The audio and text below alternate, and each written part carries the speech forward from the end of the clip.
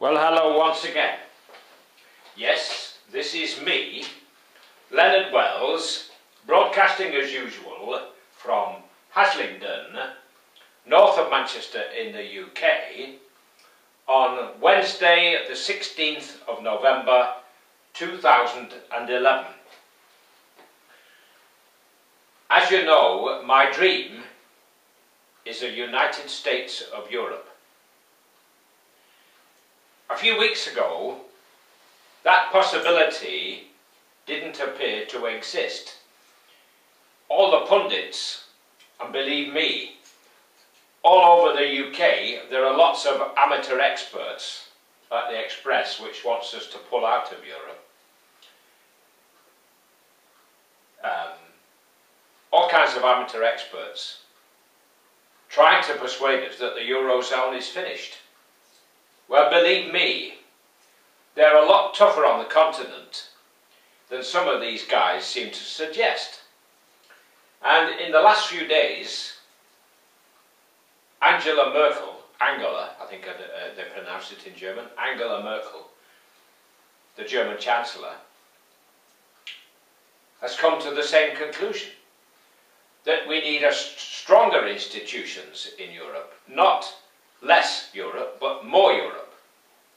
And my dream, if we have a United States of Europe, we will have our own central bank, we will have a president, we will have the equivalent of a White House somewhere. Doesn't have to be in Brussels, could be in Rome, it could be in Paris, or it could circulate on a 4-year basis. That would make difficulties for these Eurosceptics. The little Englanders, as I call them, want to keep us little. They dream of being separate again. And yet it was the Conservatives who took us into Europe. After the war, when everybody with any sense was determined that war would not happen again in Europe, they decided to bring Europe together.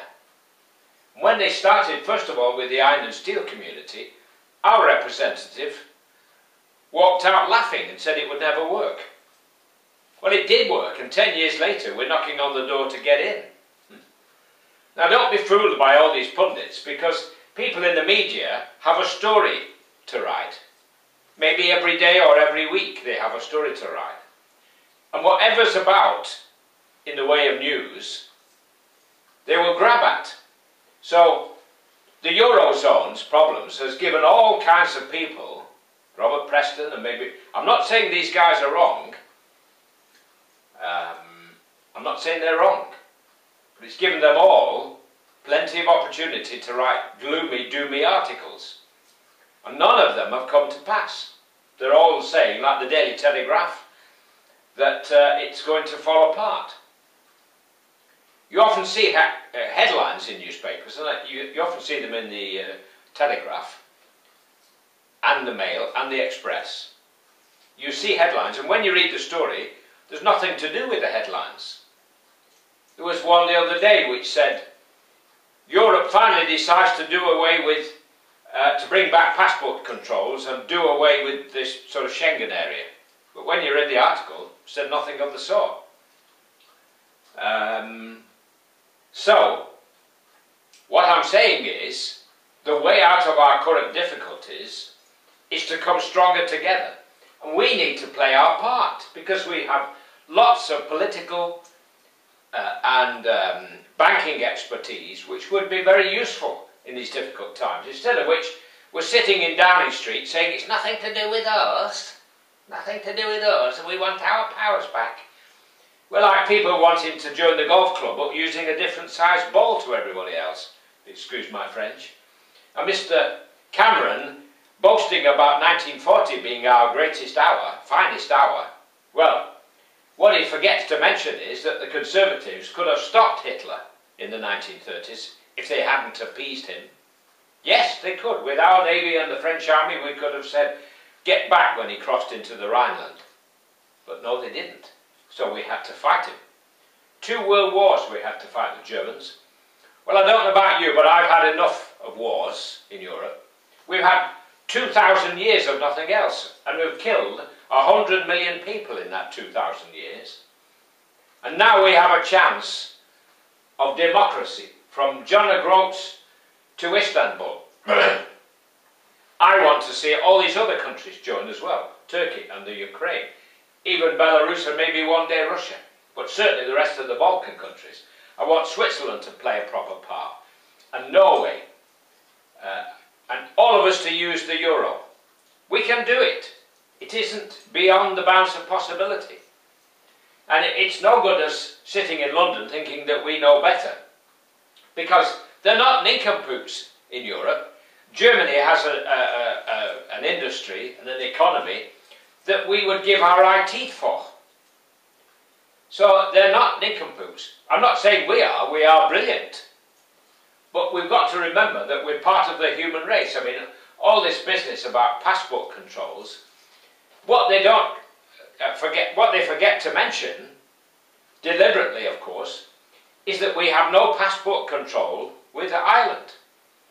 So anybody in Europe who wants to come to the UK, he won't be prevented by our passport controls, because all he has to do is get to Ireland, and he's entitled to fly to Ireland as member of the EU. When he gets to Ireland, all he's got to do is walk across the border and jump on a ship and he's here.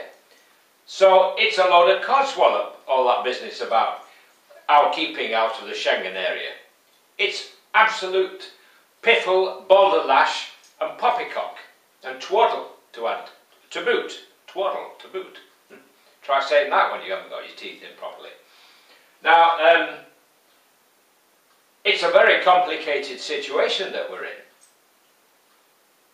But if, as neighbours, we can come closer together, give up a little bit more sovereignty. But we've already got a parliament. We're already paying MEPs 200,000 a year to go to this parliament. Why aren't we a nation if we have a parliament? A United States of Europe. What a nation that would be. How much stronger than any other power on earth we would be. What are we doing with thousands upon thousands of troops in Germany? We've just announced they're going to be withdrawn by 2020. Another 8 or 9 years of costing us millions upon millions of pounds, and we're shoving our students into debt to get to university. And we've got all these troops costing us millions. If they were back in the UK, and we don't need such a big army really, because we've got nobody really to fight, have we, actually, if we're all together in Europe. If they were back in the UK, they wouldn't be spending 450 million or whatever it is in Germany. They would spend it in the UK. And we've got troops down in the Falkland Islands, thousands of miles away near the South Pole, and in Afghanistan. And we've got bases in Cyprus. We insist on keeping these things, and yet we say we can't afford to let our students go to university free. We've got to put them in debt for life. Well, I don't know about you, but I would rather be part of a collective Europe and not have millions upon millions spent on wars. We just spent 500 million bombing Libya. 500 million pounds. And yet we say we can't afford to send our students to university without putting them into debt. Well, I'm going to say God bless, while it's still legal in the UK to say God bless. Watch out for the website, which within a few days, I hope, will be on there, www.useurope.eu. www.useurope.eu. God bless while it's still legal in the UK to say God bless. Cheerio for now and take care.